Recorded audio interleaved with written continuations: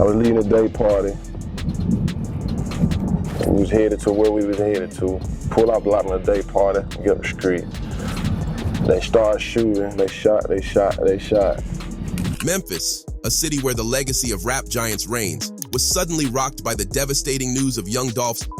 Fans are left in disbelief at this unexpected and sudden demise of a star. The killer, caught in the spotlight, became a haunted figure, a ghost, pursued by both the law and the streets. What could possibly drive someone to take the life of an artist so loved by his community? Curious about how this tragic story ends? Let's dig deeper into the aftermath of one of hip-hop's darkest moments.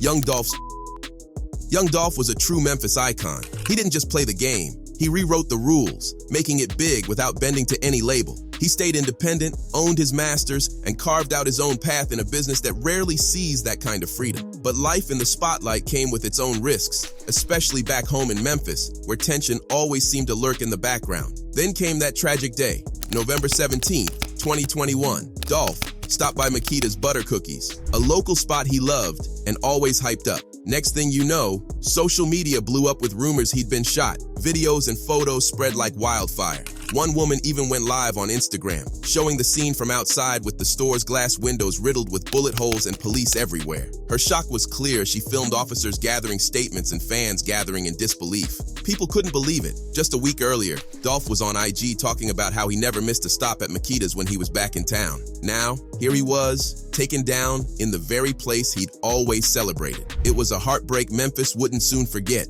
They say Dolph dead, y'all. Soon after the chaos unfolded, Memphis police confirmed the tragic news. The man taken away on a stretcher was indeed young Dolph, pronounced dead right there on the scene. The news hit the hip-hop community like a shockwave. Big names like Russ, Megan Thee Stallion, and Gucci Mane took to social media, sharing their grief and disbelief as fans all over joined in mourning the loss of an icon. What made it even harder to believe was that only days before, Dolph had been on Instagram, giving love to Makita's Cookies, his go-to spot in Memphis. Then just 6 days later, the very place he'd hyped became the site of his final moments. From witness accounts, here's how it all went down. Around 1 p.m., Dolph arrived at Makita's Cookies on Airways BLVD, and he hadn't even been inside for long when a masked gunman followed him in and fired 2 shots before vanishing from the scene. It was all over in a matter of seconds, but one fan outside the shop knew right away that Dolph was involved, even before any officials confirmed it. How? That unmistakable camouflage-wrapped Corvette was parked out front, a signature car that Dolph was known for in the city.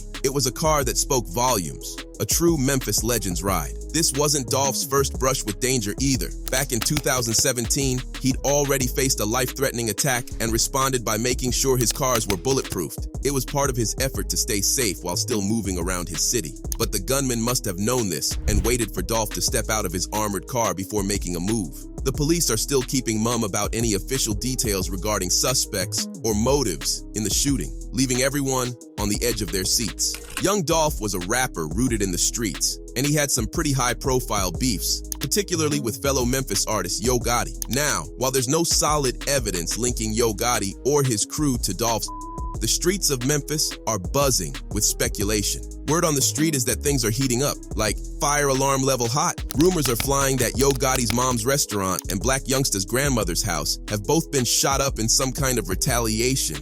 Young Dolph and Yo Gotti's long-standing beef. This is where the real drama kicks off between Young Dolph and Yo Gotti's crew. The prosecution claims that Yo Gotti's label, Cocaine Music Group, now rebranded as Collective Music Group, was eager to bring Young Dolph on board. But Dolph wasn't having any of it. He had his sights set on flying solo and building his own empire with Paper Route Empire. So, he politely declined their offer, and you can guess how that went down. Things got spicy. But Dolph didn't just fade into the background. Oh no, he came back swinging with diss tracks that were as sharp as a chef's knife. He unleashed his lyrical fury directly at CMG and its roster, taking special aim at number 2, Big Jook, who just happens to be Yo Gotti's brother. Those tracks set the stage for a full-blown rivalry that only got more intense as time went on. It was like watching a soap opera unfold, with each diss track adding fuel to the fire. The tension was palpable, and fans were here for every bit of it. Dolph was no stranger to trouble, that's for sure. He had already dodged death a few times before the tragic shooting in Memphis. Back in September 2017, he found himself in a wild situation when a fight erupted outside a hotel in Los Angeles, and he ended up getting shot multiple times. But like the fighter he was, he pulled through like a champ. Earlier that same year, in February, things got even crazier when his SUV was ambushed in Charlotte, North Carolina, with over 100 bullets flying at it. That hair-raising experience inspired his hit track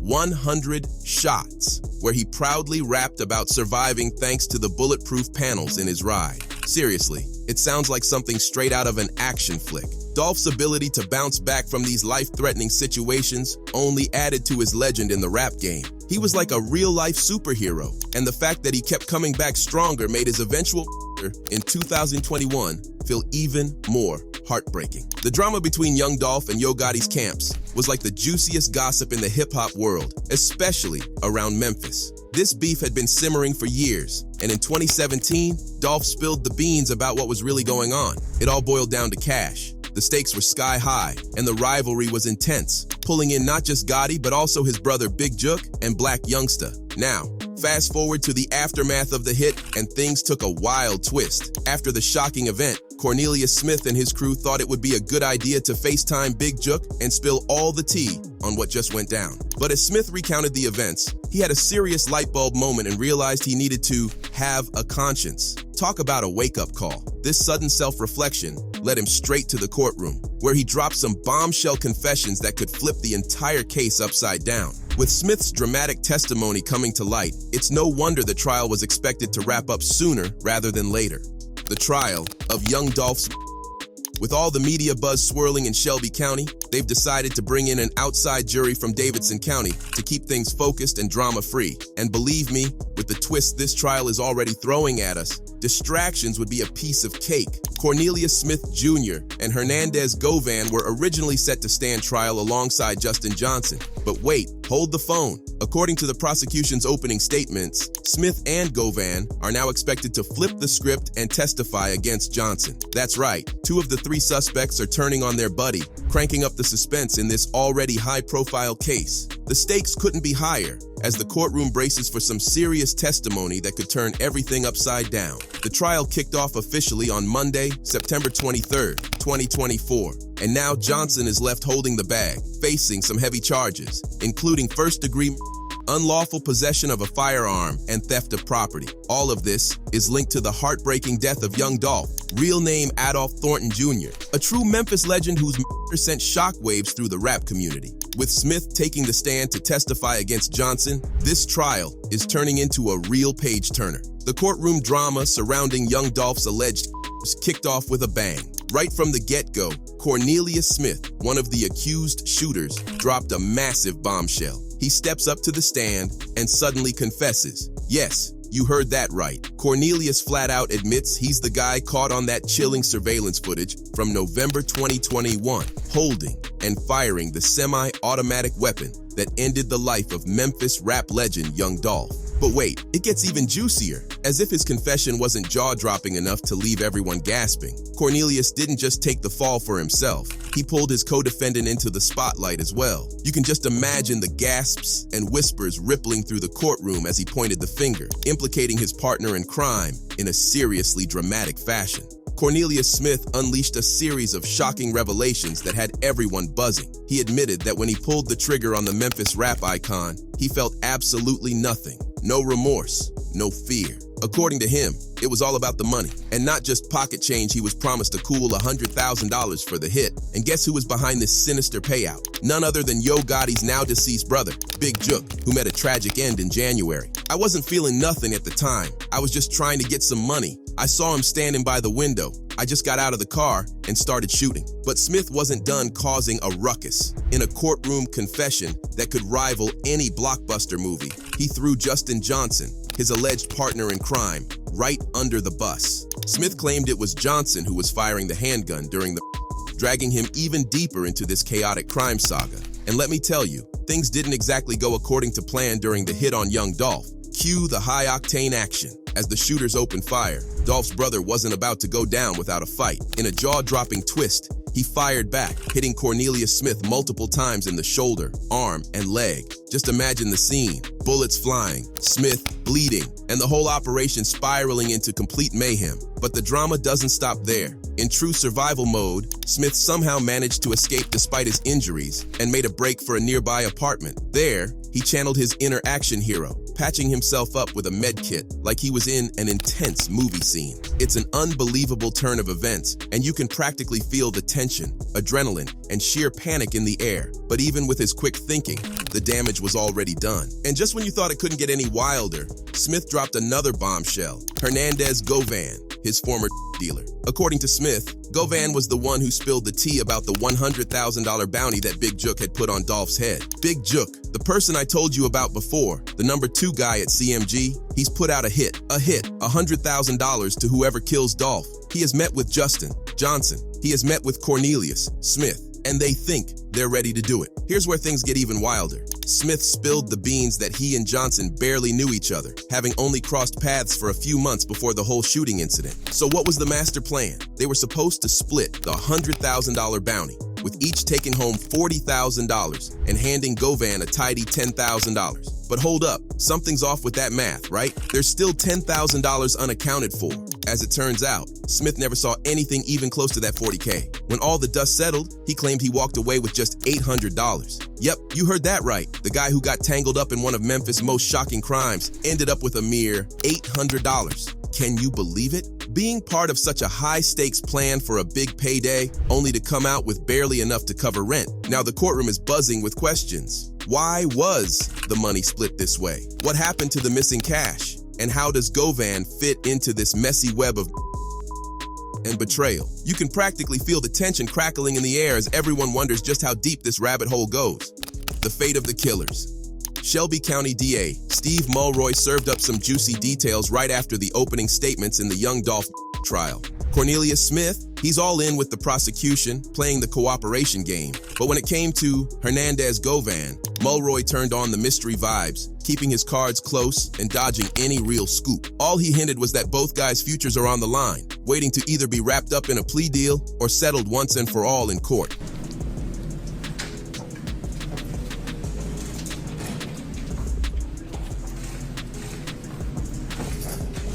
Smith's court trial. Defense attorney Luke Evans didn't mess around when it was time to cross-examine Cornelius Smith in the Justin Johnson case. He went straight to the heart of things, grilling Smith on what he initially told law enforcement after getting arrested. Turns out, Smith wasn't exactly an open book back then. At first, he tried to claim he'd never laid eyes on the notorious Mercedes connected to the case and had no clue who Justin Johnson was. But under Evans' relentless questioning, Smith admitted he'd made all that up. And it gets better. Smith spilled that he'd met with law enforcement a handful of times, 3 or 4 to be exact, to prep for the trial. Evans, clearly on a mission to shake up Smith's credibility, hinted that maybe Smith's story got a little extra polish each time he talked with the authorities. Then, Evans dropped a major plot twist. He revealed that Smith's first lawyer was paid a cool $50,000 to represent him. When Evans asked where the cash came from, Smith admitted it wasn't from his own stash. Instead, the money came courtesy of CMG, the record label linked to Yo Gotti and Big Jook. Between admitting he'd lied to the cops and that he'd been bankrolled by CMG, Smith's testimony turned into a goldmine for the defense team. There's no question that that money was for services rendered. Dolph, you didn't think then, man, I really shouldn't get money for somebody. When it came to the photo of Justin Johnson with his packed suitcase snapped after young Dolph's Cornelius Smith admitted he didn't actually know if Johnson ever got paid for the hit. Stuff slip a person's mind at the time. When law enforcement questioned me, I'm not going to remember everything right there, bit for bit. Defense attorney Luke Evans cranked up the intensity while cross-examining Cornelius Smith, throwing him some hard-hitting questions. One highlight, Evans grilled Smith on whether he'd ever boasted about being able to get up on Dolph real easy because he knew where young Dolph's aunt lived and often saw him there. Smith flat out denied ever saying that, but you could cut the tension in the room with a knife. Evans kept pressing, asking if Smith was looking for any kind of deal or leniency in exchange for his testimony. Smith, staying cool, insisted he wasn't. He just wanted to unburden himself and speak his truth, claiming his motive was pure peace of mind, not a legal bargain. but Evans wasn't convinced and clearly had his doubts. Then,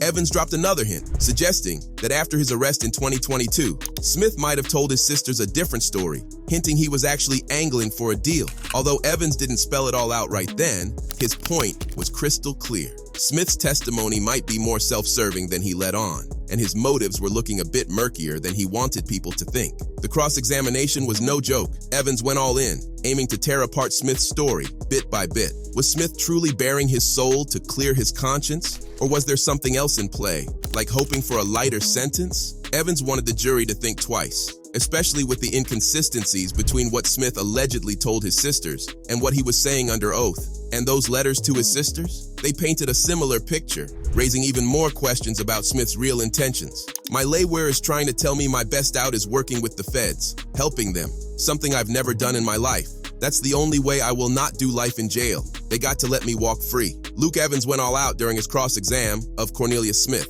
zeroing in on why Smith lied to his family after his arrest. Smith's explanation: he said he was simply hoping for the best and trying to speak it into existence. Basically, a classic case of wishful thinking. Smith added that once he found out Govan had already spilled the beans to law enforcement, he figured they already know everything, so there was no point in keeping up the act. You repeatedly say in these letters to your sister that you didn't do this and you're only going to cooperate to get yourself a deal. Evans kept the pressure dialed up, pulling out a letter Smith had sent to his sisters. In it, Smith revealed a suspicious meeting with Govan, where it seemed like Govan was in a mad rush to pin the blame on someone, possibly even Smith. That little revelation painted Govan as someone in scramble mode, raising the question of whether he'd been trying to find a scapegoat for the whole situation. And with Smith's speak it into existence mindset, it left everyone wondering if his testimony was driven more by his own hopes than by the hard facts. Then came the jaw dropper. Smith openly admitted to trying to convince his girlfriend to lie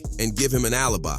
Talk about drama. Evans seized on this, cranking up the intensity even further. He pressed Smith on whether he'd known the day before young Dolph that he was planning to kill him. Smith's response? A chillingly vague, "I was out looking for somebody." Definitely not the reassurance the room was hoping for. And the plot thickens. Evans revealed that on the morning of the Smith had sent a text saying it was his big day, which had the courtroom on the edge of their seats. When asked about it, Smith claimed he was just referring to his daughter's birthday. A nice explanation, but the timing couldn't have been more suspicious. But it didn't stop there. Smith then shared that he'd promised his child's mother he'd buy her a house. Talk about high-stakes promises. He brushed it off as just game, saying he wasn't actually lying, just playing the angles. Evans wasn't buying it though, and pushed him hard, asking if he was lying to the jury. Smith fired back, "I ain't trying to run game on nobody," but the whole exchange left everyone wondering what, if anything, they could really believe. With Justin Johnson convicted for the murder of Memphis rapper Young Dolph, the spotlight's now shifting to two more guys caught up in the case, Cornelius Smith and Hernandez Govan.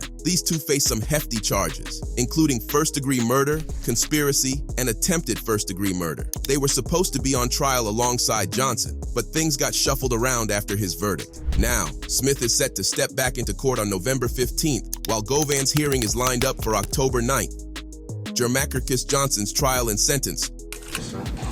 You are charged with taking possession of some of your brother's property after the Dolph and for aiding him to communicate with another man by the name of Cornelius Smith after the Dolph kill. But wait, there's a twist. Enter suspect number 4, Jermarcus Johnson, who decided to go his own way in this messy tale. Back in October 2023, he admitted guilt on 3 counts of being an accessory after the fact. His role? Enough to score him a possible 6 to 12 years in the slammer. Johnson's lawyer, Luke Evans, wasted no time firing shots in his opening remarks, warning the jury to take Cornelius Smith's testimony with a giant pinch of salt. Why? Well, according to Evans, Smith's only playing the game to save his own hide. So, he says, don't fall for his story. What's that? That's the White Expedition, Ford Expedition, going into the garage. Evans stood his ground for Justin Johnson, sticking to the story that his client's innocent. He didn't hold back against the prosecution's claim that Johnson's the guy caught on surveillance the night of young Dolph's murder. Yeah, there are pics of Johnson rocking similar threads as the suspect, but Evans argued that wearing the same outfit doesn't make you the same person. The clothes, the accusations, It's all just circumstantial fluff, he said, with zero proof that Johnson was the one pulling the trigger. Mr. Johnson sits before you innocent, and he'll remain that way because at the conclusion of this case, once you've heard all the evidence and all the testimony, you will not be convinced beyond a reasonable doubt that he did this because he didn't. Jamarcus took the stand and spilled some tea about his relationship with his brother, Justin Johnson. According to him, they grew up in separate households and barely saw each other, more like distant cousins than close-knit bros. Their hangouts? Practically non-existent. Then, flash forward to November 2021. Jamarcus made it crystal clear he knew who young Dolph was. Sure, he knew the guy was a rapper, but he had absolutely nothing to do with any plot to harm him. He wasn't mixed up in any schemes against Dolph or PRE, the rapper's label. When asked about his 2021 contact with Justin, he admitted he'd only seen him maybe 2 or 3 times that whole year, and they didn't even run in the same friend circles. Jamarcus didn't even know Treon Ingram, a name that came up in the investigation. Plus, he was living in an apartment complex in East Memphis, far from the crime scene at the time of the.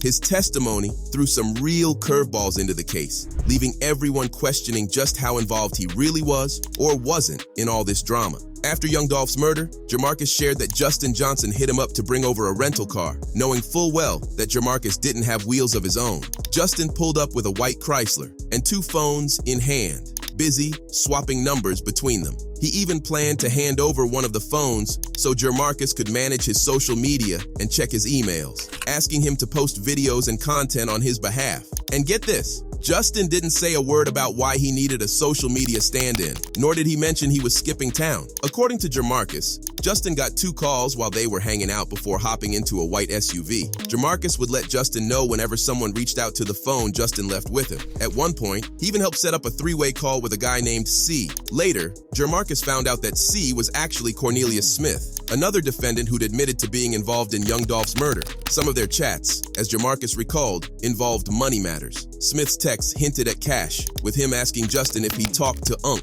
Turns out Unk was Big Jook, Yo Gotti's brother, and a part of the CMG record label. Prosecutors claimed that Big Jook had put a hefty $100,000 bounty on young Dolph. Well, things just got wild. Johnson's story took a serious nosedive with a first-degree murder conviction, plus conspiracy to commit and for being a felon packing heat. After the September trial, life in prison was a done deal for the murder charge. Then on Friday, Judge Jennifer Mitchell from Shelby County Criminal Court added 35 years for the conspiracy charge and another 15 for carrying a gun as a convicted felon. But here's a slight silver lining for Johnson. Those last 2 sentences will run at the same time. He serves his life sentence, and then he starts serving his 35-year sentence. And then he can serve as little as 35% of that. That's essentially 11 or 12 years of that, or as much as 35 years of that. Now that young Dolph's ID finally caught and arrested, this dark chapter is finally over. That's it from our side for today. If you enjoyed the video, click the link on your screen to watch similar ones.